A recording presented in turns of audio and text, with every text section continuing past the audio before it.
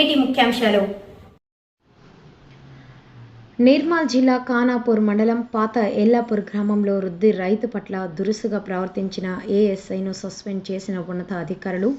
సమస్య చెప్పుకునేందుకు వచ్చిన వృద్ధ రైతును కనికరం లేకుండా దౌర్జన్యంగా ఎంఆర్ఓ ఆఫీసు నుండి ఈడ్చికెళ్లిన ఏఎస్ఐ వేయడం జరిగింది. ఇట్లాంటి చర్యల్ని పోలీసులు కూడా ఎవరు హర్షించరు.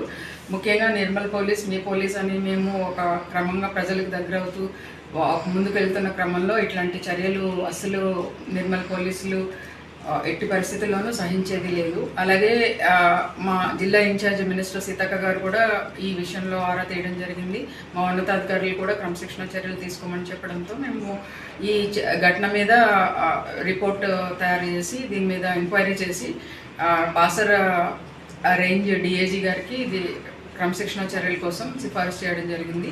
ఈ రామచందర్ ఏఎస్ఐని డిఐజీ సస్పెండ్ చేశారు, విధుల నుంచి తప్పించడం జరిగింది.